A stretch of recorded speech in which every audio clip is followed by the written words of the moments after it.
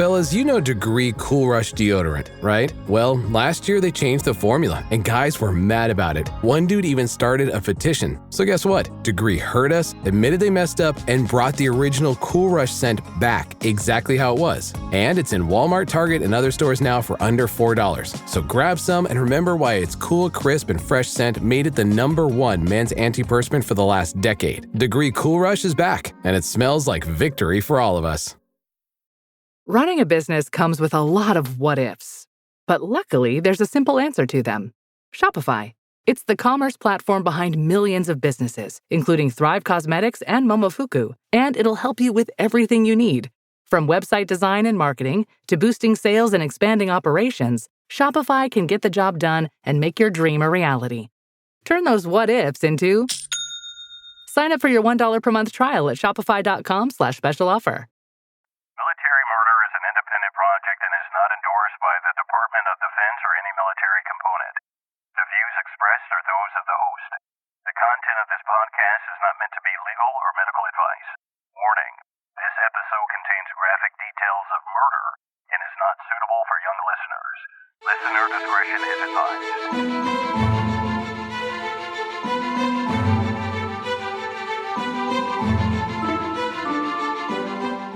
Welcome back, True Crime Army. I am your host, Margot, and this is Military Murder, a show where I focus on crimes committed by military members and veterans. But don't worry, you don't have to know anything about the military to listen, I promise. You just have to be a true crime enthusiast, and if that's you, welcome home. All right, troops, I want to take a minute to say thank you to everyone who left me a review in the last week or so. A week ago, we turned 4 years old. Yes, can you believe it? Military Murder Podcast has been produced for 4 years now, and it's insane. In those 4 years, my life has transformed tremendously, and I feel so blessed to be able to keep doing this show for you. When I first started the show back in 2019, I figured I would be retelling stories from years prior, but sadly, there are new cases almost on a weekly basis. Just last week, a family of 4 was found deceased at Fort Stewart, and we still don't know what happened. A few weeks before that, a former airman allegedly killed his wife and fled, and he's still on the run.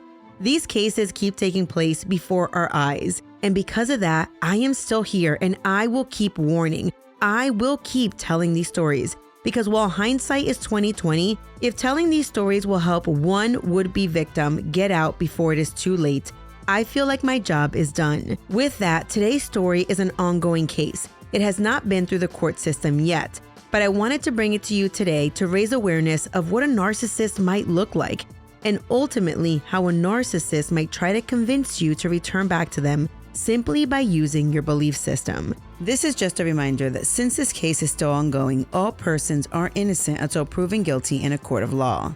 Trigger warning: I will be discussing a case that involves domestic violence against both a spouse and a child.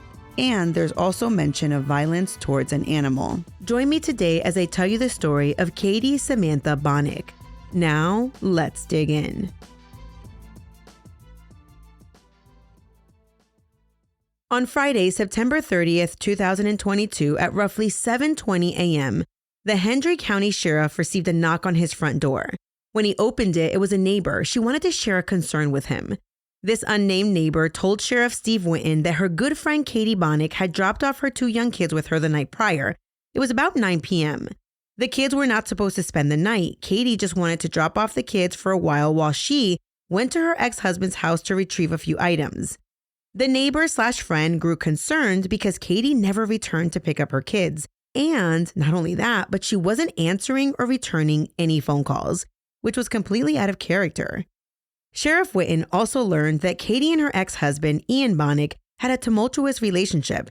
A year prior, there was an allegation of abuse between Ian and one of the children, and prior to that, there had been an allegation of domestic violence between Ian and Katie. Sheriff Winton took no chances, so he immediately called in this neighbor's concern and asked them to send some officers over to Ian's house to check on the situation. Shortly after this, officers arrived at Ian's house located at 5990 Hidden Hammock Drive in Fort Denard, Florida.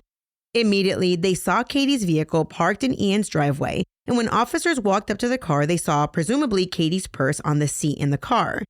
At this point, they might have thought that they would soon make contact with Katie and get her in contact with her friend/babysitter and boom, they would be on their way. They walked up to Ian's house and knocked, but no one answered. Seeing no answer, they drove off and figured they would just come back a little bit later. When law enforcement arrived, that doesn't say how long after, but they noticed that Katie's car was no longer parked in the driveway. It was now parked in the street.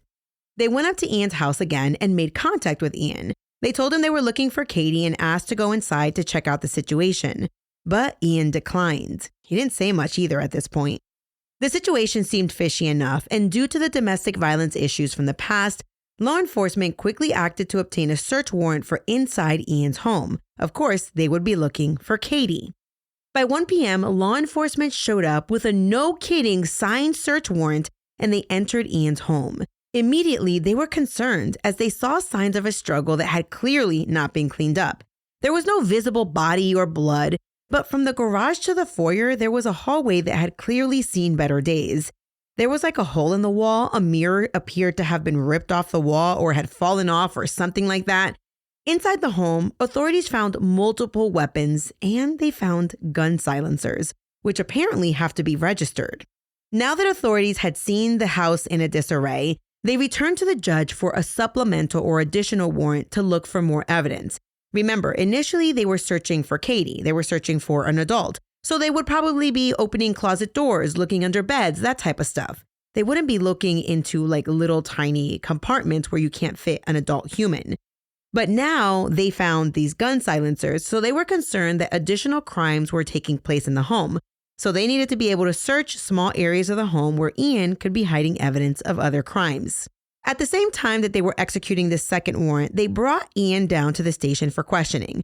So they read him his Miranda rights, and Ian waived his rights and spoke with authorities. Initially, when they asked Ian about Katie and if he had been in contact with her, he revealed that the day prior, Katie contacted him to tell him she needed gas, presumably gas money for her car. She arrived at his house later that night where an argument ensued about another woman. Ian told investigators that he really wasn't in the mood to argue with his ex-wife and the mother of his 2 young children, so he told authorities he went to sleep, and when he woke up in the morning, Katie was gone, but her car was still in the driveway. He did admit to moving the vehicle, but we don't know why.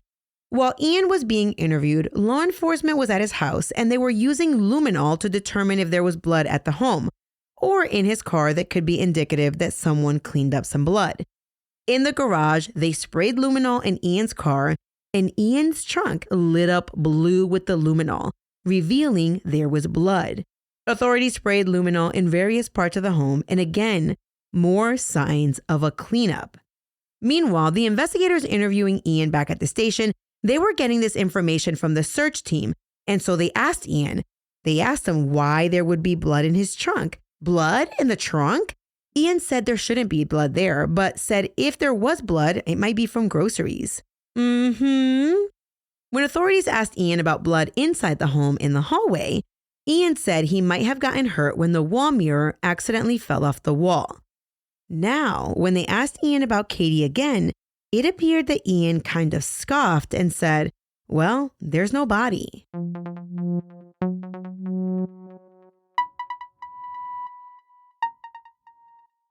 I already love same-day delivery with Shipt, but it's so much better since I signed up for Target's Circle 360. Why? Because I no longer pay price markups from the majority of stores through Shipt. Only a handful of alcohol retailers and items don't count. That means no markups on groceries, pet food, even home goods and makeup. So to recap, I have more time to catch up on life while someone shops for me, and I spend less. It's a win-win. Order now at shipt.com/360. Terms apply.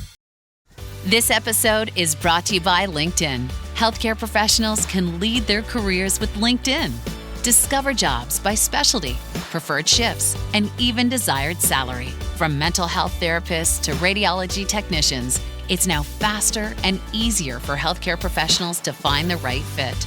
Learn more at linkedin.com/healthcare. Side effects may include faster job placement, improved work-life balance, and increased career satisfaction. Katie Samantha McKinney was born in Louisville, Kentucky in June 1983. She grew up in Indiana, and that's where she was in the 2010s when she decided to give online dating a shot. I mean, who doesn't find it hard to date in this day and age, right? Katie was really into her faith and she wanted to find a good, God-loving guy. And so she decided to try to find love on christianmingle.com. And this is where she found a hunk by the name of Ian Christopher Baunach. Ian is buff. He's a former Marine, a fitness competitor, and just from looking at his picture, you can tell he probably spends a lot of hours a day at the gym. He likely spends a lot of money on supplements, and honestly, he probably eats a good amount of protein in one single day. Katie thought he was handsome, and they struck up a relationship. Katie's mom was not thrilled by this relationship, however, because online dating is scary. And how do you really know someone you just met online, right? After learning about her new boo, Carolyn McKinney, Katie's mom, decided to do some internet sleuthing on Ian. And wouldn't you know it, when she looked him up, she saw a ton of arrest records. What in the world?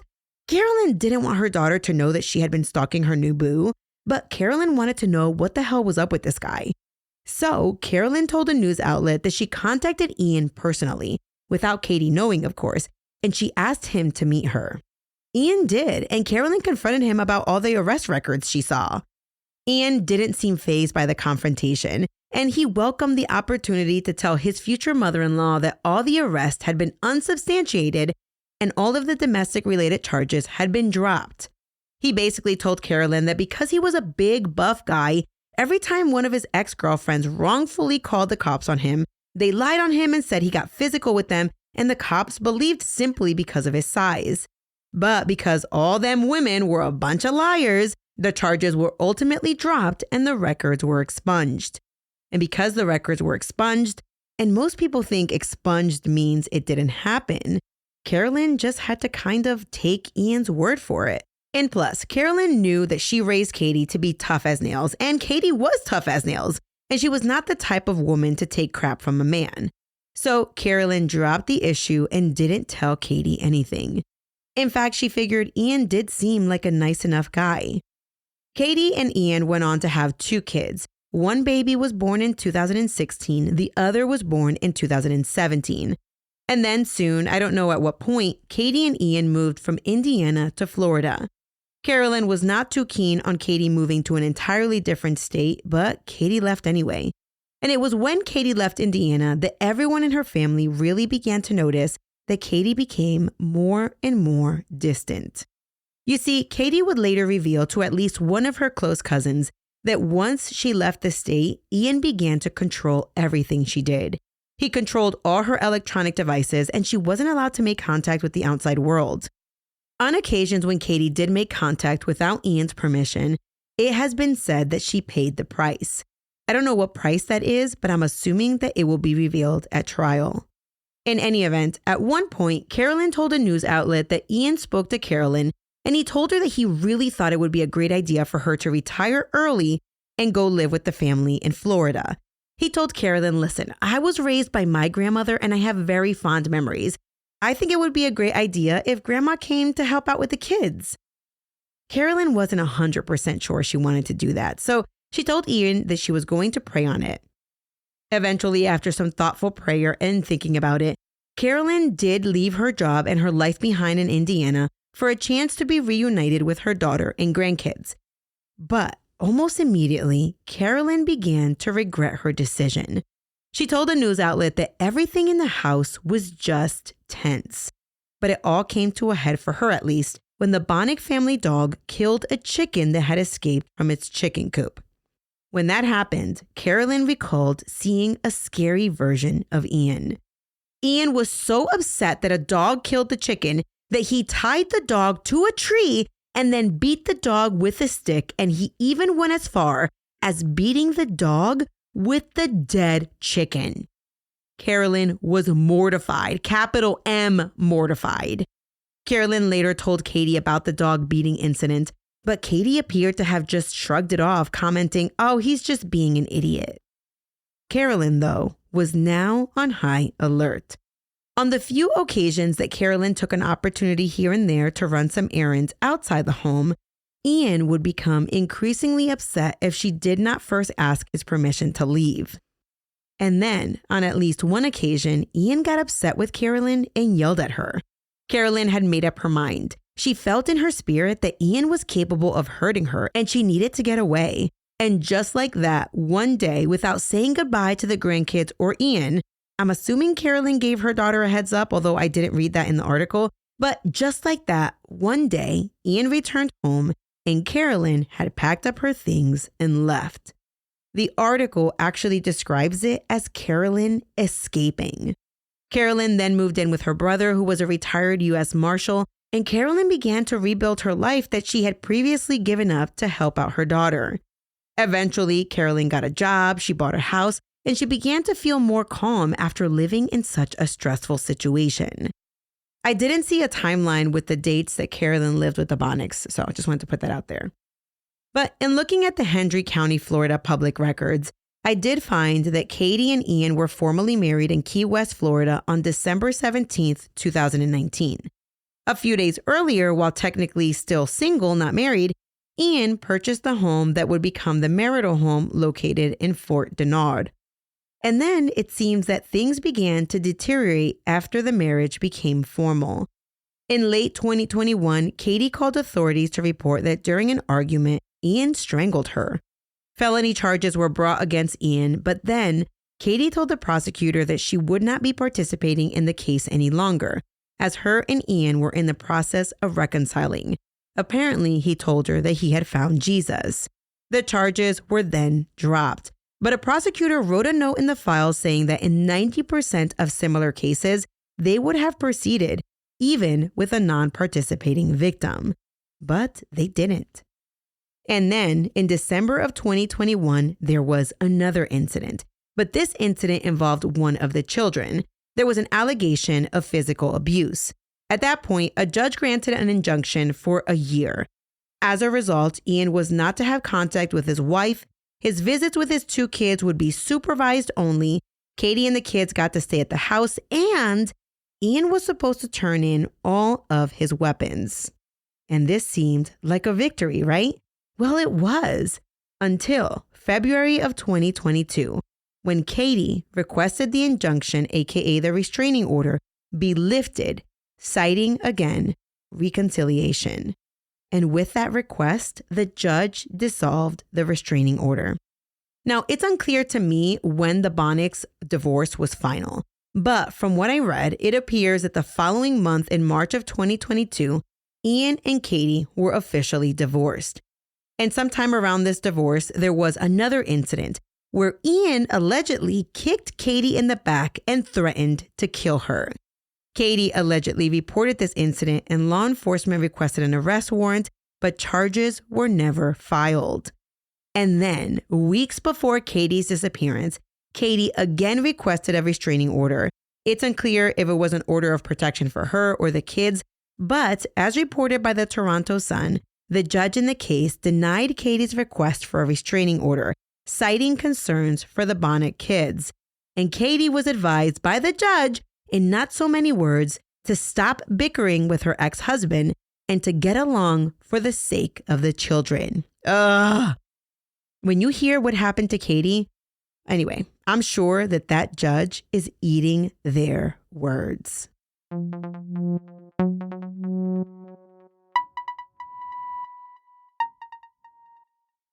Ryan Reynolds here from Mint Mobile. I don't know if you knew this, but anyone can get the same premium wireless for $15 a month plan that I've been enjoying. It's not just for celebrities. So do like I did and have one of your assistant's assistants switch you to Mint Mobile today. I'm told it's super easy to do at mintmobile.com/switch. Upfront payment of $45 for 3-month plan, equivalent to $15 per month required. Intro rate first 3 months only, then full price plan options available. Taxes and fees extra. See full terms at mintmobile.com. This episode is brought to you by Principles. Are there limits to the U.S. government's debt growth? What will happen if the debts are not curtailed? What should policymakers or investors do? Those are urgent questions that legendary investor and New York Times bestselling author Ray Dalio addresses in his new book, How Countries Go Broke: The Big Cycle. The book comes out in June and is available for pre-order today, wherever books are sold. As the search for Katie continued on Hidden Hammock Drive, authorities took Ian in and he was charged for having over a dozen unregistered gun silencers. He also had 15 vials of steroids in his home, which he admitted were his, and so he was charged with having a controlled substance in his possession. Having Ian behind bars was good for the investigation because they knew there was no way that he could continue to destroy evidence from behind bars. And as investigators were searching for Katie, they would make a gruesome discovery. On Ian's property, they found a 50-gallon drum and a burn pit. Authorities looked through the ashes in the burn pit, and that was when they discovered a human jawbone and an almost intact adult tooth. Testing would reveal that this was all that was left of Katie Baunach. Ian had allegedly killed Katie and was in the process of disposing of her remains by cremation when authorities showed up at his house on the morning of September 30th. Wow, just wow. Now, it's possible they may have found other remains, but that was all that was disclosed in the indictment. When the media got wind of what was going on, they, of course, made contact with neighbors. And Ian's next-door neighbor recalled seeing Katie's car in the driveway when she disappeared. Remember, before the divorce, Katie and the kids used to live at that house with Ian. The neighbor also recalled seeing and smelling a burn pit coming from Ian's property. And when she saw that, she turned to her husband and said, "Who would have a fire going on at this time?" In reflecting after the news broke that charred human remains were found at Ian's house, this neighbor couldn't believe what she was probably smelling during the fire. She was horrified. The media was all over this case in Florida, not only because of how shocking it was that a former Marine turned bodybuilder had performed his very own cremation at home, allegedly, but they were really interested in this case because of the history between Katie and Ian, in the court system. And then, what is sad is to learn that Katie was actually Ian's third wife. Yup, Ian had 2 entire wives before Katie. Anyway, the news press caught up with one of Ian's ex-wives, and she had a lot to say. Sadly, when you look at what she said and compare it to what Carolyn said about Ian, it is strikingly similar. Sarah, one of Ian's ex-wives, shared that she met Ian when she was at Chuck E. Cheese with her kids. Ian was there with his kids, I'm assuming from a different relationship than Katie's, and Ian and Sarah struck up a conversation that then turned into a relationship. Sarah said that Ian was a dreamboat of a boyfriend. He was charming, handsome, great with the kids. The entire first year of the relationship was great. Then there was an incident. There was an incident where he physically assaulted one of the kids. Now, she doesn't elaborate on what the physical assault was, but Ian must have charmed his way back into her good graces because she ended up marrying the guy. And that's when she told the news outlet that it went downhill quickly. As soon as the marriage certificate was signed, Ian became controlling. He didn't want her to work. He wanted her to stay with the kids, but he also didn't give her access to the money. So if she wanted money, she had to ask him for it. If she wanted to leave the house, she had to ask Ian. She wasn't allowed to see or speak to family and friends because, according to Ian, they didn't love her like he did. He told her he was the only one who truly cared for her. It was really a sad situation, and at the end of the day, lucky that Sarah and her kids got out alive. In my research, I came across an article in the Daily Beast where it discussed Ian and Katie's relationship. And sadly, not only had Katie's mother experienced Ian's highs and lows, which, by the way, she referred to Ian as the Hulk, she literally said that she saw him go from nice to fuming in the matter of seconds, but there were other family members who witnessed Ian's rage. Katie's cousin, Annie Moore, told the Daily Beast that everyone knew Ian wasn't good 8 years earlier when they first met him because he was self-centered and me from the start. But Annie said, quote, "This is something totally different. This is not a real thing that real humans do. It's really, really difficult to process that someone that you broke bread with and spent time with could do these things," end quote. Annie shared that Katie told her in confidence that Ian was a violent man their entire relationship, from dating to their engagement to their marriage. Katie also shared that Ian would quote Bible verses during his angry outburst. And Ian wasn't shy about being a violent a-hole when people were around. One time during a family gathering, he got so angry, he threw a sippy cup so hard that it broke a window. Annie told the Daily Beast that despite all of Ian's flaws, and he had many, Katie loved him, and she wanted her family life to work out, and she was willing to do whatever it took. But then at one point, enough was enough, and that's when she left. Annie still can't believe that Katie was able to get out of this situation and somehow still suffer such an ill fate. She remembers that back in February, after the court dropped the restraining order, you remember, Ian sent a mass text message to Katie's family, informing them all that he and Katie were getting back together and that it was no thanks to them. Annie was taken aback by the text message, but it seemed on par with Ian. While Ian was initially charged only for the gun and substance charges, in mid-October they brought second-degree murder charges via information. But that all changed in December. On December 2nd, 2022, a few weeks after Katie's murder, the Hendry County prosecutor convened a grand jury, and the result was an indictment with 3 additional charges against Ian, in addition to the steroids and weapons violations. During a press conference, it was announced that Ian was charged with first-degree murder, abuse of a dead human body, and tampering with evidence.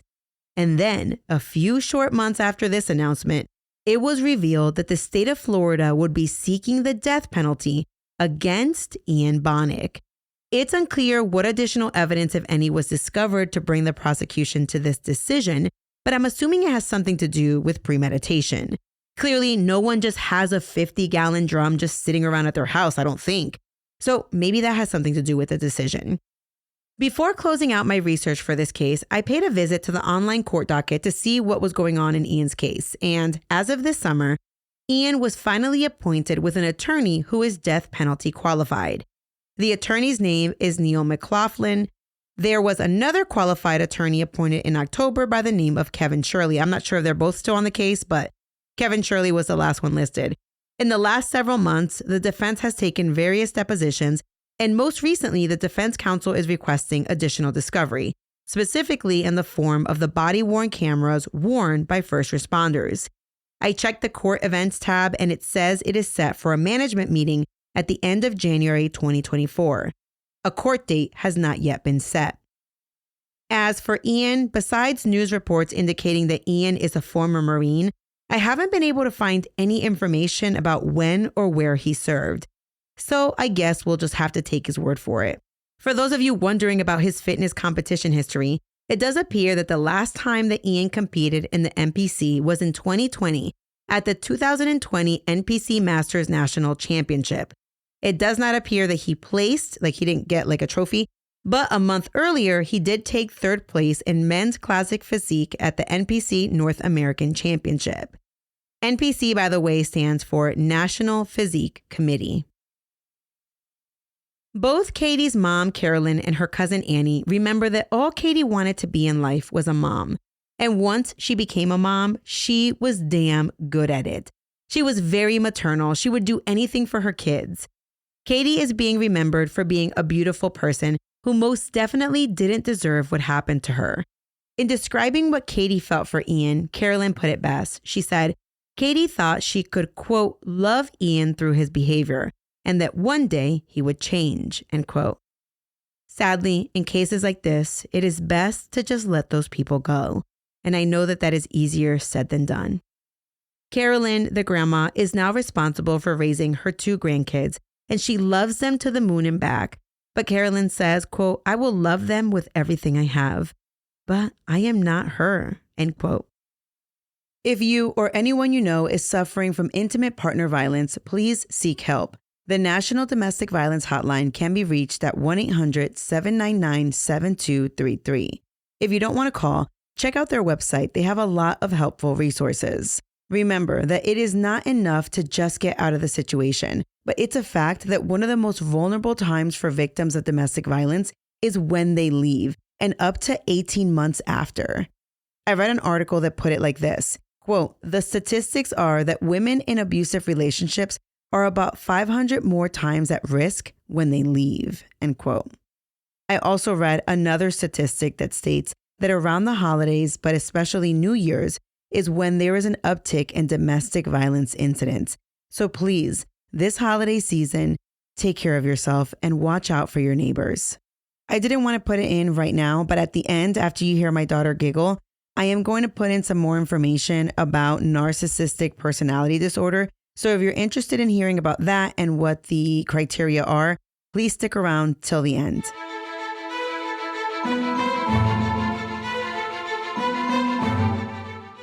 All right, everyone, I will most definitely be keeping everyone updated when Ian's trial begins. So be sure that you're following me on social media where I normally share these things.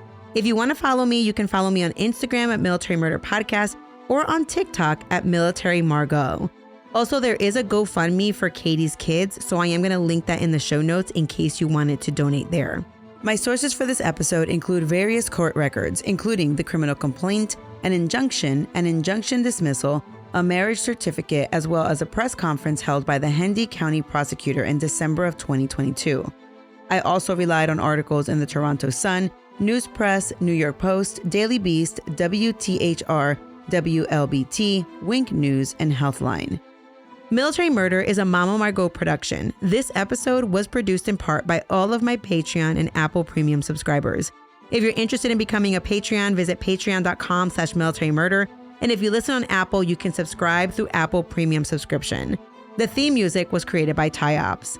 Until next time, remember, you never really know what someone is capable of. So remain vigilant always. You have a fabulous week, and I'll keep digging to bring you another military murder story next time.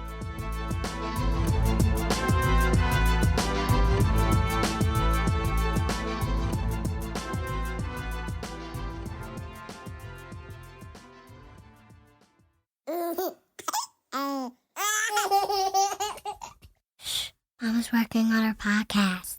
I don't want to. When I first started this episode, I discussed narcissism, and I wanted to wrap this episode up with discussing narcissistic personality disorder, or NPD. Many of us might have an idea of what a narcissist is, but NPD is an actual diagnosis in the DSM-5, which, by the way, DSM stands for Diagnostic and Statistical Manual of Mental Disorders. There's actually 9 criteria, and a person just needs to meet 5 of the 9 of these criteria to be clinically diagnosed with NPD. So I don't know if the person in today's case, Ian, meets the criteria, but I wanted to tell you what those traits are so that you are aware that if someone you're dealing with exhibits these signs, there is nothing you can do to change them. They need to be diagnosed and treated by a professional. Okay, so here are the traits. Number 1, they have a grandiose sense of self-importance. Number 2, they're always caught up in their fantasies of unlimited success, power, brilliance, beauty, ideal love. Number 3, they believe they are special and unique, and because they are so special, they can only associate with other special or high-status people. Number 4, they need excessive admiration. Number 5, they have a sense of entitlement. Number 6, they exploit their relationships with others. Number 7, they lack empathy. Number 8, they often envy others or believe people envy them. Number 9, they demonstrate arrogant or haughty attitudes or behaviors. Now, I read an article that really pinpointed some of the signs that I saw in reading Carolyn's story and Sarah's description of Ian. Now, I am not a medical professional. These are just some of the things that I saw and some of the things that you might see in some of your significant others. An article in Healthline said that people with NPD are extremely charming at first. And we saw that when Sarah was describing her relationship with Ian and how they met at Chuck E. Cheese and how he was charming for a year. Okay, something else they said is that people with NPD might pick on you. And initially it might come off as teasing, but then over time it can turn into hurtful comments. The goal here in making these teasing comments that then turn into hurtful comments is for the person to lower your self-esteem so that you can rely on them more and rely on yourself less. Another trait that a lot of people with NPD have is that they like to gaslight people, which means that when you gaslight someone, you're making them question their own reality, right? Gabriella Cassell wrote for Healthline that some signs of gaslighting can include you no longer feel like the person you used to be. You feel more anxious and less confident than you used to be. You often wonder if you're being too sensitive. You feel like everything you do is wrong. You always think it's your fault when things go wrong. You're often apologizing. You have a sense that something's wrong, but you aren't able to identify what it is. You often question whether your response to your partner is appropriate. You make excuses for your partner's behavior. And I thought those were interesting because I am sure that in Katie's relationship with Ian, he probably made her feel a lot of these different things, which is why she kept coming back to him. And even when she filed these reports with authorities, she would go back and say that she was reconciling with him. Finally, in this article, one of the last signs and one that people really need to be careful is this. When you show a narcissist that you're done with the relationship and you want out, they tend to lash out more than just in a regular relationship. And this is probably maybe what happened in this case. Also because Ian was upset, and he told this to the authorities when they were interviewing him, but he was upset that Katie had filed another restraining order against him. So anyway, these are just some things. I'm going to link the article in the show notes so that you can read the whole thing about narcissistic personality disorder. It is an actual diagnosis. It's not something that anybody can change outside of getting professional help. All right, that is all. I hope that you found this little section on MPD helpful. And of course, there is so much more information available online. And remember, you don't need a specific diagnosis. Maybe you know someone that meets 4 of the 9. It's just, I wanted you guys to know so that you can be careful and be wary that it's not you. Sometimes we think it's ourselves. We think, oh, it's just me, I'm overreacting. But when you look at it and you break it down into these 9 criteria and you go deep into each individual, like one criteria at a time, you can see a lot of these characteristics, and it's a little bit scary. But there's a lot of people that probably are very successful that have NPD, but just wanted you guys to know.